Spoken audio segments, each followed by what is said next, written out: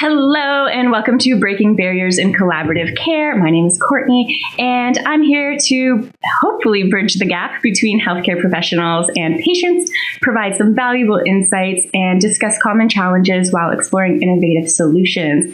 I am so excited because today I'm being joined by Maggie, who is an occupational therapist, or an OT, as you will hear it be called throughout this episode. So welcome, Maggie. Thank you so much for being here. Thank you for having me. I'm really excited to have you talk about the role of an OT, because I think there are a lot of misconceptions when people hear the word occupational therapist.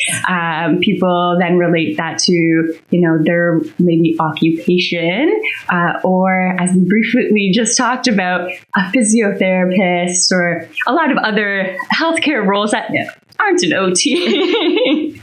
So if you could tell us a little bit about what an OT actually does, I think that would be really helpful. So the way that I typically explain and what my role is to clients is anything that you do from the moment you wake up to the moment you go to sleep, including sleep, that's an occupation. And my job here is to help you or the client get back to doing whatever it is that they want to do, or even if it's not something that they've done before, something that they want to kind of work towards and they're having difficulties figuring out how to do it. That's where my role is. Wow. So it's very all-encompassing. Yes. It includes, I think, a lot more skill building, resource delivering than most people would think of or understand when they hear OT. So what type of resources, skill building would you typically be using for your clients? So it depends on which area of practice I'm currently working on. Say, for example, in brain injury, then it might be resources for symptom management. It might be symptoms for mood management, working on some deep breathing together. If it's for pediatrics and developmental disabilities, then it could be practicing different skills like hand over hand hair brushing, working on the other day we were blowing bubbles, and my client, she immediately brings the bubble onto her nose because that's how she knows how to breathe in and out. But over time, we kind of figured out that you can use this with a recorder or a straw. She's able to kind of channel the airflow. So bringing that bubble wand up to the straw, and now she's blowing bubbles, and she was super excited. So a lot of times it's being able to almost think on your feet and go all right, what do we have? How can we MacGyver this? Let's figure it out.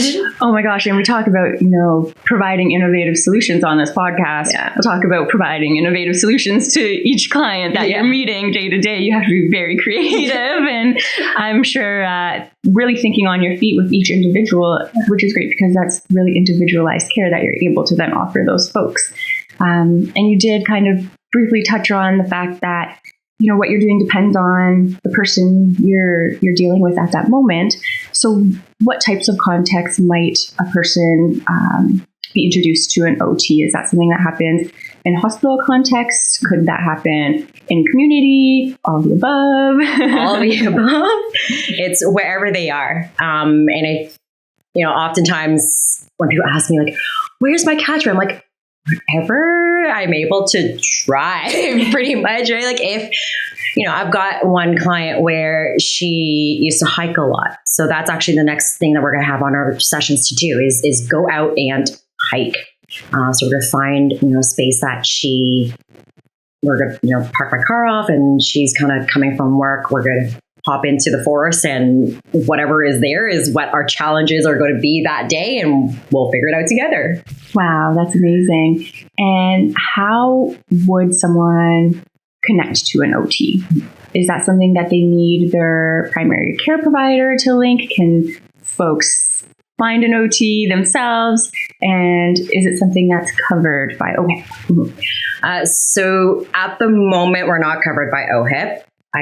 It could be something that is down the road we advocate for and adding it to the OHIP list. There are some extended health benefits that do have coverage for OT. Otherwise, whether oftentimes it's paid privately by the client. And then in terms of finding OTs, you can always ask another OT where to find more of us. But there's also our college, the College of Occupational Therapists of Ontario, that has a register of everybody's names, where they're located, filtered by language, by where kind of the population that they work with typically. So all that is found there. Great. Yeah. Awesome. And we'll link that below. So check out our info if you're wanting to find an OT that's maybe in your area, if Maggie's not in your area. And just because you did mention the fact that you are, there's a college body that governs OTs, which I think is really important when we're talking about healthcare providers to note that. Just going off of that, what are the educational requirements or licensing requirements of becoming an OT?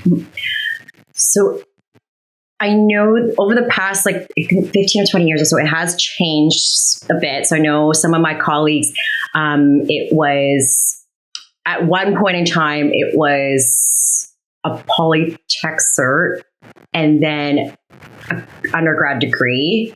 And then currently it is, you require a master's degree, a professional master's in occupational therapy, and then we have a board exam. And then after the board exam, you would register with your province. I know in America, there has, I think it's already, I don't know if it's live already, but I know there's been chatter about having it becoming a doctorate. Wow. So we don't know what's in the future for OT, but at the moment, my understanding is that it is a master's degree. All right. Yeah. Wow. So folks who are extremely educated, doing great work to hopefully help more folks reach their goals and get back to the lives that they want to be leading, which is great. And I really like highlighting those things because I think when people just hear about these roles, they don't understand the commitment and devotion that the people have made to get to this role. It takes a lot, and there's a lot of passion, I think, behind it, which is really important. Gets highlighted. You put a lot into these roles to care for others. So I think it's nice to highlight that. But the next thing I would love for you to talk about is how you are able to collaborate with other healthcare professionals, and if you feel that's something that is done well in your profession right now. I'm sure there are a lot of areas where collaboration is needed with OTs, and you're talking to, I'm sure, any other healthcare provider that may be involved in this person's care. That I'm sure is not always an easy thing, and I'm sure there are a lot of difficulties around that. Yeah, it depends. I find on this, what's available, right? Mm-hmm. And sometimes it does come down to money and resources. Mm-hmm. Where I've got some clients where the main junction of contact and collaboration is with the parents. Mm-hmm. Where I'm not really I don't have the opportunity to meet, say for example, a client's teachers, but the parents are able to relay information back and forth. Other times where I'm able to directly get in contact with whoever else is on the team. The most efficient way is definitely having a case conference, but we don't always necessarily get that opportunity. Mm-hmm. So oftentimes it's making sure that you are available for people to contact you, mm-hmm. and returning calls, returning emails. One thing that I know we can all work better on is getting back to email. I'm sending an email out. I'm like, all right, it's been a week and a half. Hi, me again. Nudge, nudge. But the follow-up is sometimes an important piece to get the response for sure. Yes. Yeah. I think what you just mentioned about a case conference, if you could just quickly let our listeners know what a case conference is. I don't know if they even know that these happen, which I think are really cool interprofessional moments that don't happen as frequently maybe as they should, but that can be great learning opportunities for people with multiple healthcare providers. Sure. Yeah. So for a case conference, it is a time that is like almost like a team meeting in a sense, where whether virtually or in person, the care providers are there, any other people that are involved, like parents or the client themselves, whether in healthcare or other sort of teachers, EAs and people around the client, where we're all sitting down and going over the client goals and then allocating, all right, this is, maybe something that physio can work on. This is something that social work can work on. This is something that the dietitian can work on. This is something that OT can work on. And, with the plethora of backgrounds as well, right? There's sometimes where, as an OT, maybe someone else has something that they can suggest that I can work on with the client, or, something within physio where, say for example, for myself, like I've got a background in kinesiology. So there's sometimes things where, I may have learned in my kin studies, where physios who didn't go to the same school might not have exposure to the same things. And they're completely fine with me going, all right, take that into community and do this exercise with her in the community. I'm like, all right, sure. Yeah. So it's a good time for everyone to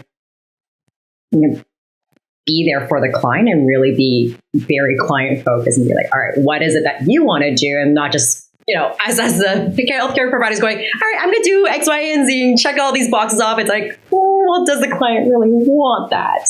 Yeah, which I think is also fantastic, because sometimes the arm doesn't know what the leg is doing, right? One healthcare professional may be doing one thing, not knowing that someone else is working on maybe something completely different. And now the skills that are being taught separately maybe aren't working together to meet the goal. Yeah. So I think that that's fantastic and a great example of how healthcare providers can provide client-centered care, exactly like you said, because that's exactly what that's doing. And communication, as we said, can be a little bit hard. So having those moments dedicated to, we're going to sit down and have this conversation about this person, about this topic, about this whatever. Yeah. It means that it's actually going to happen, and I don't need to chase you down for maybe a month. Exactly. Sometimes it's the voicemail attacks where we both want to chat with each other, but it's, just office times, and especially with us being community-based, if I'm out on the road, my phone's at home, then it's a voicemail, right? And then if the other provider then is, in a meeting or on the road again, but I'm at my desk, and again, it's just so many voicemails back and forth. Whereas with case conferences, we're all here to chat. It's all good. Yeah, that's fantastic. So maybe a way to advocate for more of those just within healthcare as a whole. Yeah, I think would be really beneficial for clients and patients. That's awesome. The thing that I'm excited about our whole conversation, but I must say the thing I'm most excited to talk about is something that I think isn't what all OTs are doing, but what you are specifically doing with occupational therapy, and that's including art.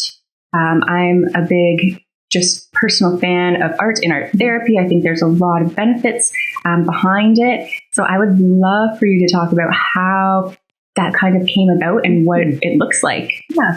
So it came about actually during COVID, where, as most of us were in our house and everything was shut down. I'm like, now what? I'm like, normally I'm out seeing clients, but now I'm just at home. So through CAOT, so Canadian Association of Occupational Therapists, they offered a program with, through CAOT with Isabel Freisberg, and she was doing this program called essentially art-based OT and how to sustain this program. So I took that course, what feels like now ages ago. And then in the subsequent years, she also offered other courses and, through her own website and stuff like that as well, kind of down the road. And I loved it. So I kept taking all of it. And earlier this year, I believe it was, is kind of when or was it end of last year? Yeah, we sort of really just going, all right, let's get this launched. Let's get this started. Get these resources out. Let's figure out a way to make it happen and for me to work with clients to do the art. So it's in progress. It's not a crazy big program yet, but it's definitely, there's a time where I'm able to see clients regularly and working through the different art mediums and seeing them have fun with it. Look, like being able to see them get excited for even just being there. Because oftentimes I know with, all healthcare, I would kind of want to say is we give them homework, and Absolutely. Sometimes clients don't want to do homework. I can attest to that. I, haven't always done maybe my physio or whatever homework in the past, so I can. I wasn't always the best patient either. So I know for like OT, sometimes I'm like, all right, like I would go out and go for a walk and let me know how long you tolerate, and they're like, do I have to? I'm going to get a headache after this. I'm like, but now with art, it's, we're sitting down. They don't really need to do any prep. We have all the supplies there, and it's just, let's have fun. Let's get, however your hand brings you, whatever, we use different things like water, like air, whatever that creates on the paper, so be it, right? So say, for example, with watercolor, where putting some some paint down and then spray bottling it. Wherever the water drips, let that be part of your creation and just have fun with it. So it's definitely, I do see a difference when clients are doing the art versus, us sitting down and going, let's figure out all your homework. Absolutely. And just as I'm like visualizing like this art, and then, something that I think is simple, like a spray bottle, which would create a very cool effect, could also be very skill building for someone, squeezing their hands. So now I'm just imagining how this creative process, which could be something so fun, is also building these skills in this fun, creative way that doesn't seem like homework or hard work. Maybe it seems like self-expression, which sounds like a lot of fun. And one thing that clients have also said too is, and especially with something like Cosmic Smash Booking, where clients are essentially journaling, but then painting on top of it. Because I've got clients where they're like, I feel like I want to journal, but then I don't want people seeing what I'm writing. I'm like, okay, well, we're painting over it. No one's going to know. Create whatever you want.